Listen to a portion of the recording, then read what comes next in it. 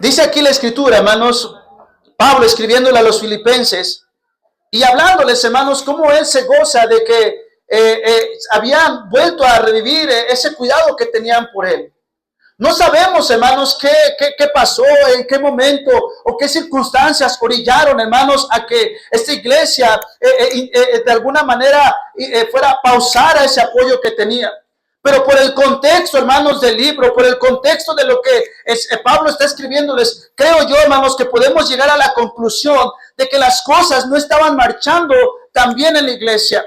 ¿Por qué puedo decir esto? Porque Pablo hace énfasis en ciertas palabras claves en este libro. Una de esas palabras o una de esas frases claves es la que dice, regocíjense en el Señor siempre. Hermano, la única manera en que alguien puede escribirla, que se goce, se regocije en el Señor, es porque está pasando un tiempo de dificultad. También, hermanos, el Señor, Pablo, inspirado por el Espíritu Santo, en esta carta les escribe que por nada debieran de estar afanados, sino al contrario, debieran de llevar cada asunto en oración. Pero también Pablo, hermanos, les recuerda que deben de estar firmes. Y no solamente eso, también les habla y les exhorta sobre proseguir fieles a correr en la carrera de la vida cristiana, a terminar y llegar a esa meta. Pero hermanos, también Pablo les expresa que en medio de las pruebas que él ha sufrido como siervo de Dios, que todo eso ha servido para una sola cosa, para que el evangelio se siga extendiendo. Hermanos, déjeme decirle que no estamos exentos de que en nuestra vida pasemos por situaciones difíciles.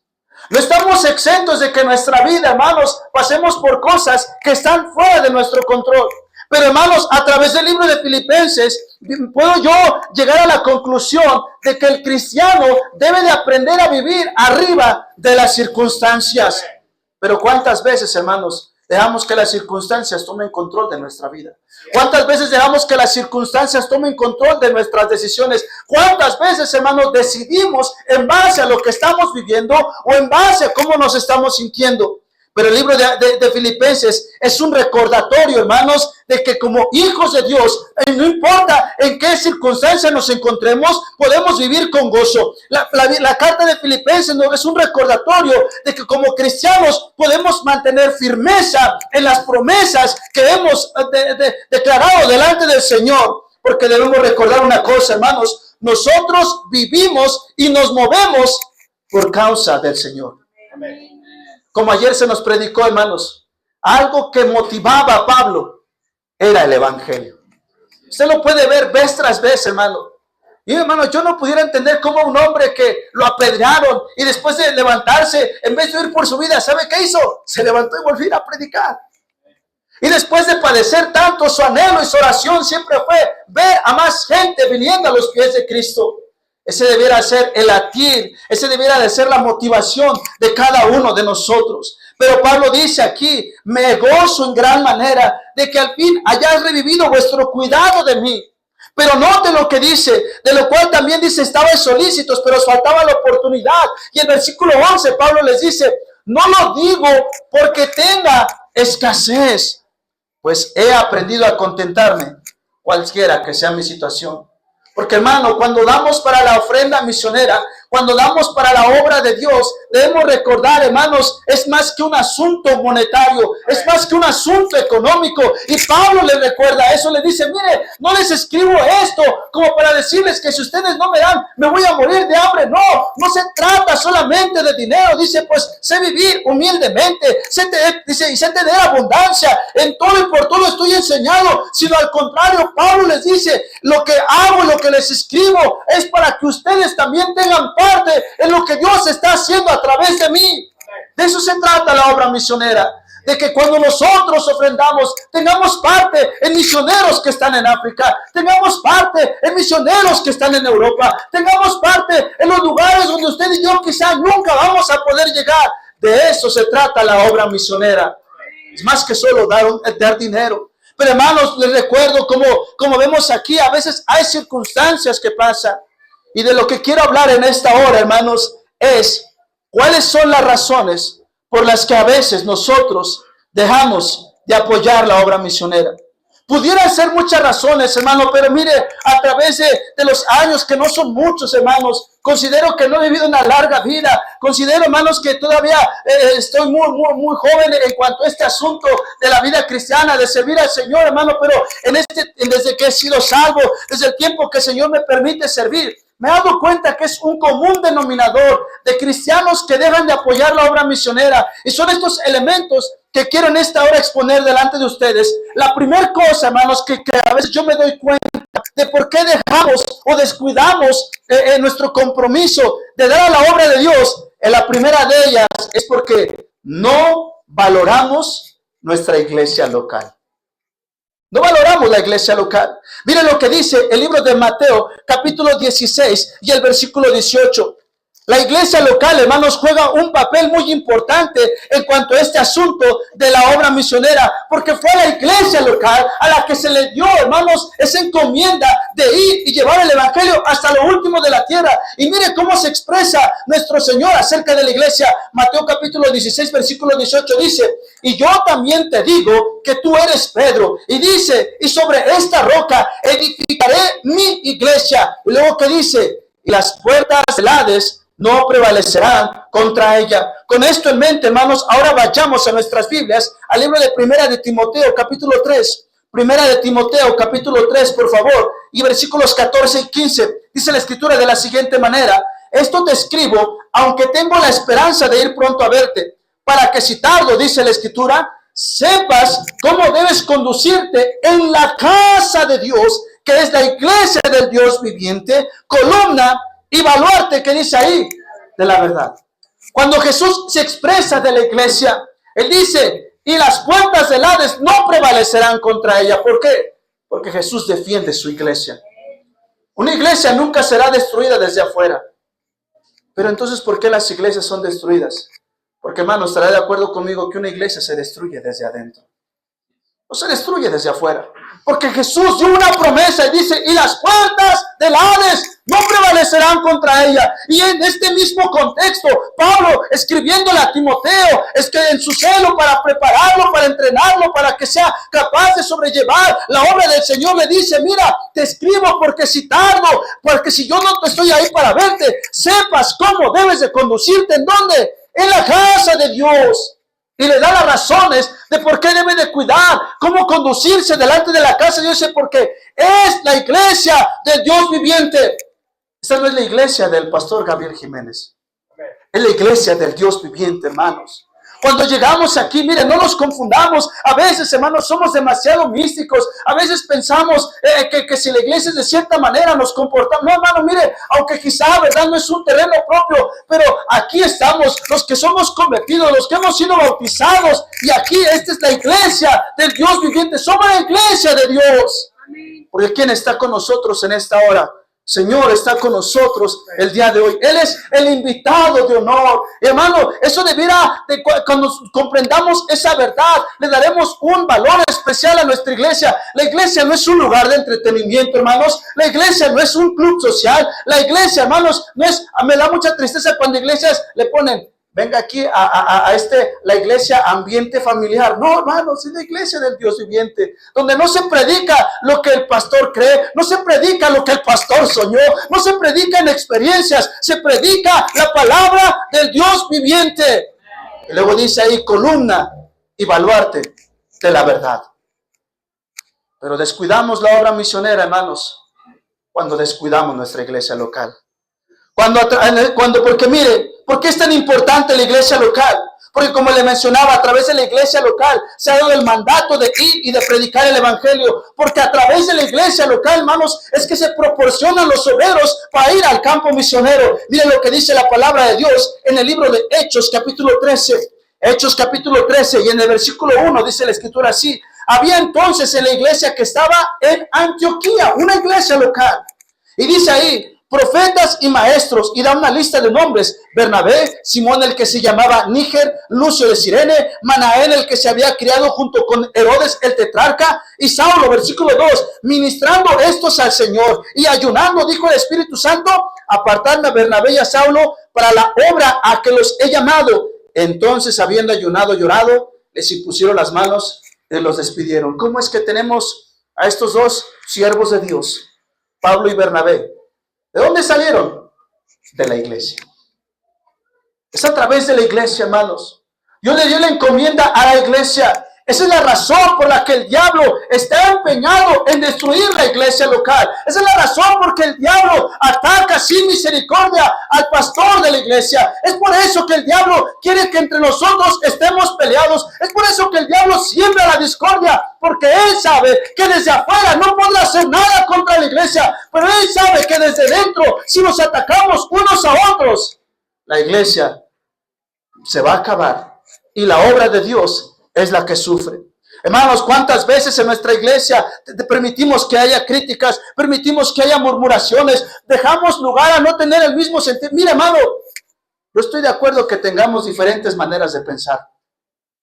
Pero cuando entendamos, hermanos, de la importancia de la iglesia local y que a través de la iglesia Dios va a cumplir sus propósitos, nuestra actitud debería ser, bueno, no tengo el mismo pensar que el pastor, pero por causa del evangelio, por causa de la obra de Dios, voy a limitar mi manera de pensar para estar unánime en lo que se quiera hacer. Ese es el pensamiento que debiéramos de tener. Pero ¿cuántas veces, verdad, decimos, pues yo no estoy de acuerdo? ¿Y por qué tanto dinero? ¿Y por qué hay que dar otra vez? ¿Y por qué esto y lo otro? Hermano, y nos juntamos y murmuramos. No, por eso, hermano, yo le reto a que ore por su iglesia, a que ore por su pastor, a que vele por su iglesia. ¿Por qué? Porque es a través de la iglesia que se cumple el mandato para ir a llevar el evangelio hasta lo último de la tierra. ¿Sabe por qué hay misioneros por otras partes? ¿De dónde salieron esos misioneros? De iglesias locales. ¿Quiénes son los que los envían? Dijo aquí la palabra de Dios, dijo el Espíritu Santo a quién, a la iglesia. Apártenme a Saulo y a Bernabé para la obra que los he llamado. Descuidamos la obra misionera cuando no le damos el valor a la iglesia local. Pero número 2, hermanos, descuidamos la obra misionera cuando damos lugar a la incredulidad. Mateo capítulo 11, por favor. Vaya ahí en sus Biblias al libro de Mateo capítulo 11. El versículo 1 dice la escritura de la siguiente manera. Cuando Jesús terminó de dar instrucciones a sus 12 discípulos, se fue de allí a enseñar y a predicar en las ciudades de ellos. Versículo 2. Y al oír Juan, ¿en dónde? En la cárcel. Los hechos de Cristo, le envió 2 de sus discípulos para preguntarle, ¿eres tú el que había de venir o esperaremos a otro? Juan estaba pasando un tiempo difícil. Y este mismo Juan, que allí en el Evangelio de Juan, en el capítulo 1, en el versículo 29, la escritura dice, el siguiente día vio Juan a Jesús que venía a él y dijo, he aquí el Cordero de Dios que quita el pecado del mundo. Este mismo Juan el Bautista, que declaró que Jesucristo era el Cordero de Dios, el enviado, el Mesías. Ahora estando en la cárcel dice, pregúntenle si es el que había de venir o esperaremos a otro. Podemos juzgar quizás las acciones de Juan, pero hermano, Juan no estaba pasando un buen momento. Fíjese los detalles que la escritura nos da. Cuando Juan manda a preguntarle si es el que había de venir, ¿dónde estaba Juan? En la cárcel. Hermano, esos son los momentos de dificultad. Es en los momentos de falta de resultados. Es en los tiempos de adversidad donde va a llegar la duda a nuestro corazón. Es donde nos vamos a preguntar si verdaderamente lo que estamos haciendo es lo correcto. Es donde en esos momentos difíciles, es en esos momentos cuando la economía empieza a colapsar, donde nos preguntamos si lo que estamos haciendo está bien. Déjeme decirle, hermanos, que sí estamos bien. No deje que la incredulidad tome su corazón. Mire, y cuando regresemos ahí al libro de Mateo capítulo 11, cuando mandan a estos hombres a preguntarles si es el que había de venir, miren lo que Jesús se expresó de Juan. Versículo 4 dice, respondiendo Jesús les dijo, id y haced saber a Juan las cosas que oís y veis. Los ciegos ven, los cojos andan, los leprosos son limpiados, los sordos oyen, los muertos son resucitados, y a los pobres, dice ahí, les es anunciado el evangelio. Juan no estaba viendo estas maravillas. Él estaba en la cárcel. Y Jesús le dice, cuéntenle todo lo que han visto, todo lo que oyen. Hermano, a veces cuando uno está de este lado ofrendando, no alcanza a dimensionar todo lo que esa ofrenda hace. No alcanza a ver. Y es normal a veces el no ver, al no ver lo que está pasando en otra parte, hermanos. De repente decimos, valdrá la pena seguir haciéndole. Déjeme decirle, vale todo el esfuerzo seguir dando, seguir sacrificando para que almas sean salvas, para que almas vengan a los pies de Cristo. Sí, sí lo vale, hermanos, aunque usted no vea el resultado, aunque usted no lo vea y aunque terrenalmente no veamos lo que pase, nos gozaremos un día en el cielo. Será algo impresionante ver todo lo que pasará, algo que me llena mi corazón siempre. Cada vez que leo de Apocalipsis es cuando la Biblia dice que Juan vio de todo tribu, de toda lengua y nación, de cada raza, ahí en el cielo, alabando y diciendo, digno es el Cordero. Qué increíble será esa reunión, hermanos.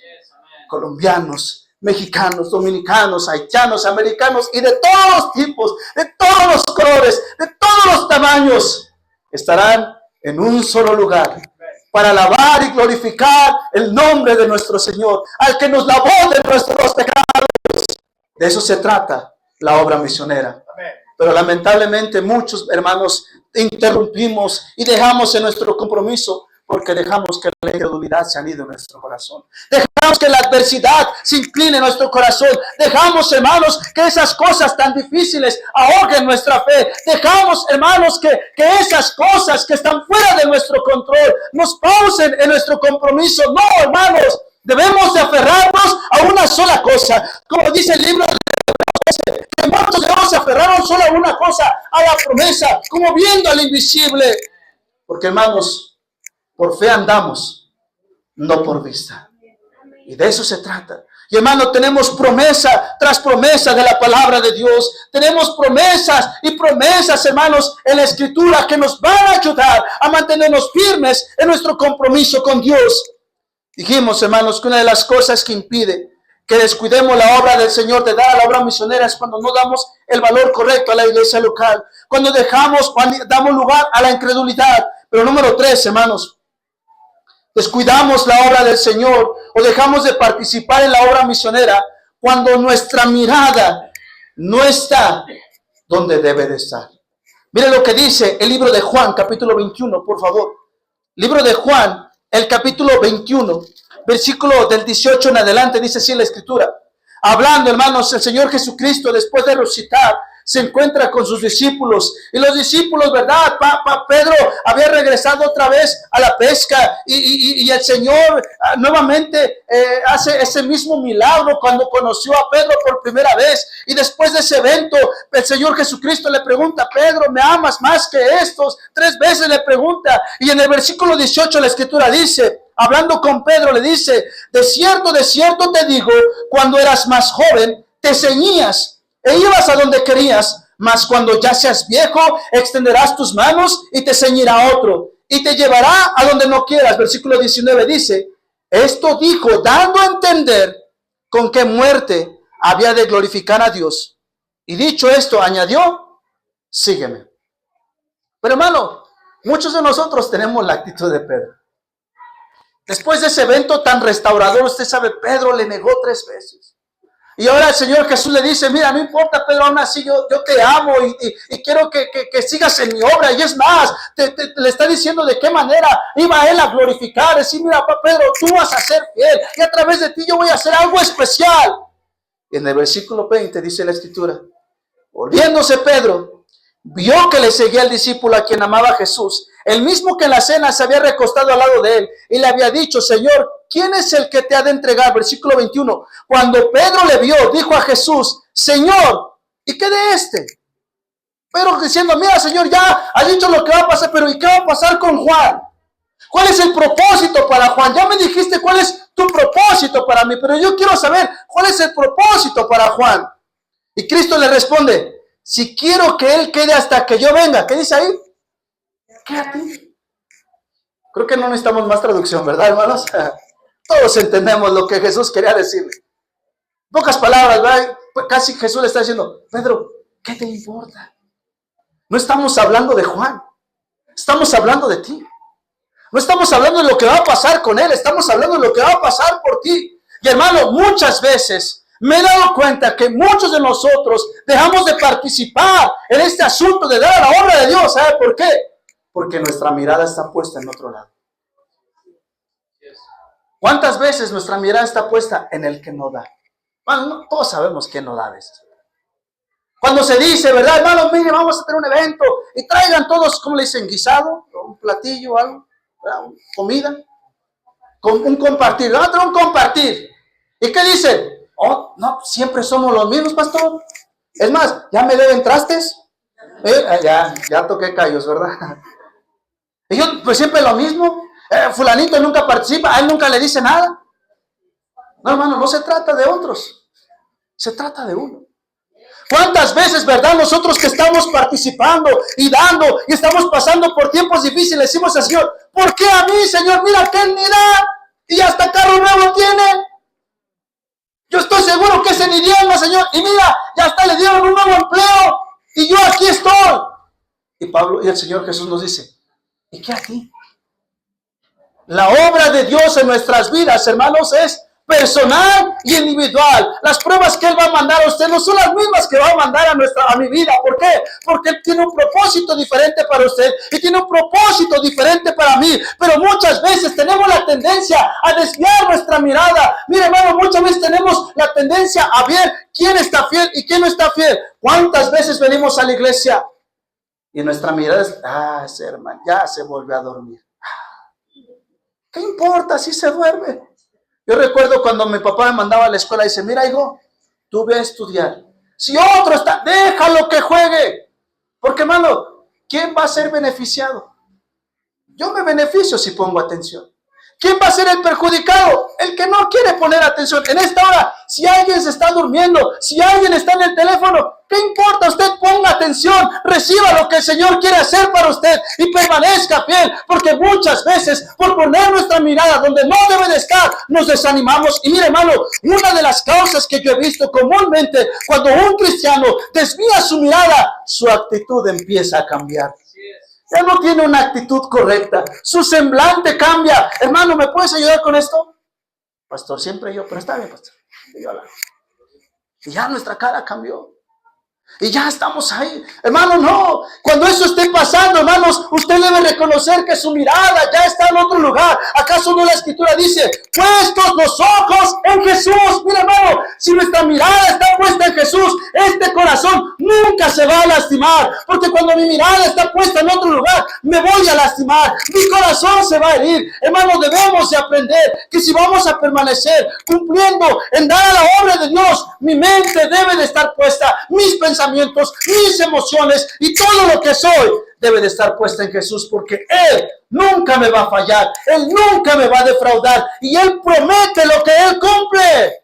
Él es fiel en recompensar. Cuando fijamos la mirada en el lugar equivocado, nuestro corazón se va a dañar y daremos lugar a la amargura. Y en el libro de Hebreos 12:15 dice que nos cuidemos de que brote una raíz de amargura, porque si brota esa raíz de amargura, la gracia de Dios no va a actuar en nosotros. Y la gracia de Dios es un elemento fundamental y necesario para participar en la obra misionera, porque es una obra de gracia.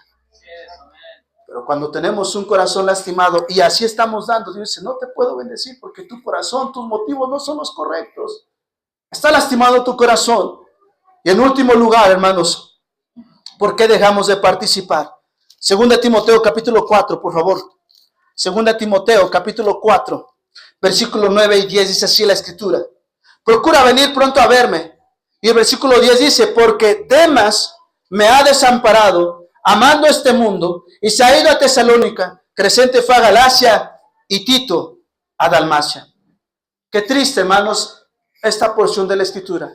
Un colaborador que estaba junto con Pablo, trabajando mano a mano, en equipo, dice, procura venir, dice a Timoteo, porque Demas me ha desamparado. Y dice aquí la razón, porque ha amado este mundo. Hermano, este mundo siempre va a estar detrás de nosotros.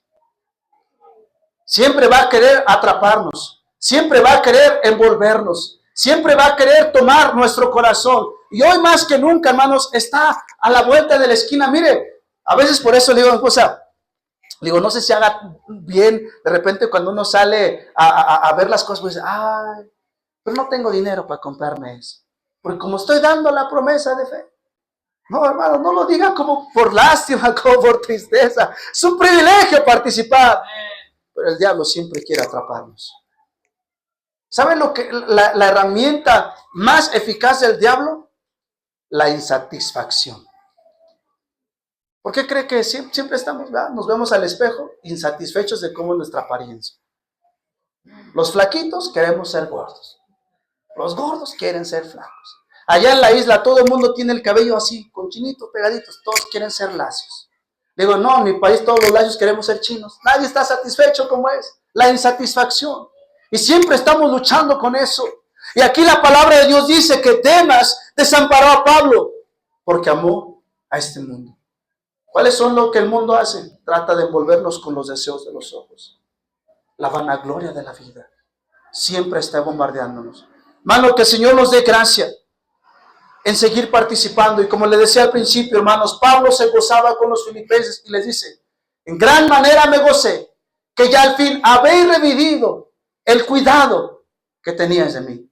Hermano, que el Señor nos permita ser siempre fieles al Señor. Y recuerde eso, cuando damos para el Señor, no es solo dar dinero, es más que solo monedas, es más que solo algo económico, trasciende más allá del dinero y es algo espiritual. Es algo que cuenta para la eternidad. Que Dios nos dé gracia. Vamos a orar. Padre, gracias te damos por este tiempo, Señor, y gracias por tu misericordia. Gracias, Padre, por permitirnos tener parte, Señor, en que tu evangelio vaya hasta lo último de la tierra. Ayúdanos, Señor, a permanecer fieles. Ayúdanos, Señor, a mantenernos donde debemos de estar, haciendo lo que tú nos